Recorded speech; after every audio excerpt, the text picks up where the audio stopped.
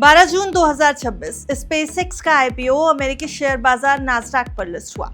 Issue price $135 प्रति share, लेकिन listing के दिन शेयर $150 पर खुला, यानी इशू प्राइस के मुकाबले करीब 11% की बढ़त के साथ शुरुआत हुई।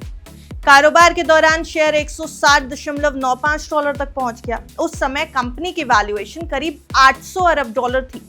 इसके बाद स्पेसएक्स और XAI के मर्जर से कंपनी की टोटल वैल्यू $1.25 ट्रिलियन तक पहुंच गई और एलन मस्क की कुल संपत्ति बढ़कर $852 अरब हो गई। फिर लिस्टिंग के बाद निवेशकों की भारी खरीदारी के चलते कंपनी का मार्केट कैप लगभग $2.1 ट्रिलियन तक पहुंच गया। अब लिस्टिंग के पहले दिन की तेजी के बाद 13 और 14 जून को शेयर में थोड़ी सी प्रॉफिट बुकिंग यानी मुनाफा वसूली भी देखने को मिली। जिन निवेशकों के पास पहले से शेयर थे, उन्होंने लिस्टिंग के बाद मिले बड़े मुनाफे का कुछ हिस्सा बुक कर लिया। इसकी वजह से स्टॉक में 1 से 2% की हल्की गिरावट आई। हालांकि शेयर अब भी 12 जून की क्लोजिंग के आसपास के स्तर पर ऊपर बना जरूर रहा।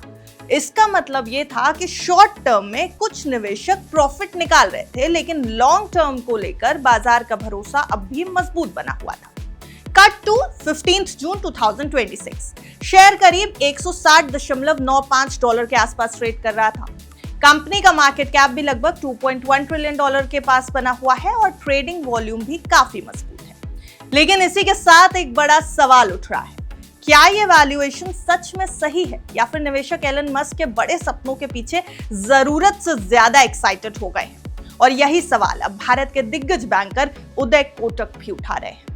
स्पेसएक्स की शानदार लिस्टिंग के बाद कोटक ने कहा कि कंपनी की वैल्यूएशन ट्रेडिशनल फाइनेंशियल पैरामीटर्स से समझना मुश्किल है। उनके मुताबिक ये सिर्फ एक कंपनी नहीं है, बल्कि मानव सभ्यता के भविष्य पर लगाया गया एक बहुत बड़ा दांव। कोटक का कहना है कि समय ही बताएगा कि हम एक नए टेक्निकल रिवॉल्यूशन की शुरुआत देख रहे हैं या फिर एक बड़े निवेश बुलबुले यानी इन्वेस्टमेंट बबल को बनते हुए देख रहे हैं।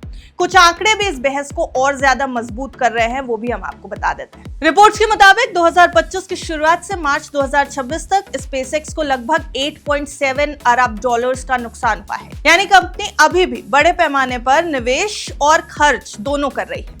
इसके कई बड़े प्रोजेक्ट्स ऐसी टेक्निक्स पर डिपेंड हैं जो अभी पूरी तरह प्रूव भी नहीं हो पाई। इसी वजह से कई एनालिस्ट का यह मानना है कि स्पेसएक्स की वैल्यूएशन जरूरत से ज्यादा बढ़ गई।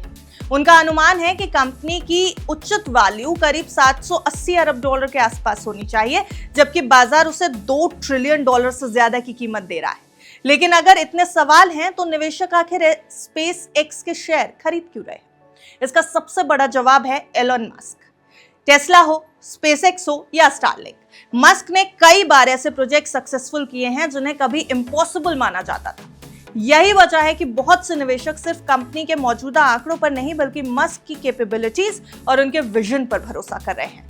मस्क का सपना इंसानों को एक मल्टी प्लैनेटेरियस स्पीशीज बनाना है, यानी ऐसी मानव सभ्यता जो सिर्फ पृथ्वी तक सीमित ना रहे, बल्कि दूसरे प्लैनेट्स पर भी बस सके। और शायद यही कारण है कि आज दुनिया 2 हिस्सों में बटी हुई दिख रही है। एक पक्ष स्पेसएक्स में भविष्य की सबसे बड़ी संभावना देख रहा है, जबकि दूसरा पक्ष इसे एक संभावित बबल मान रहा है।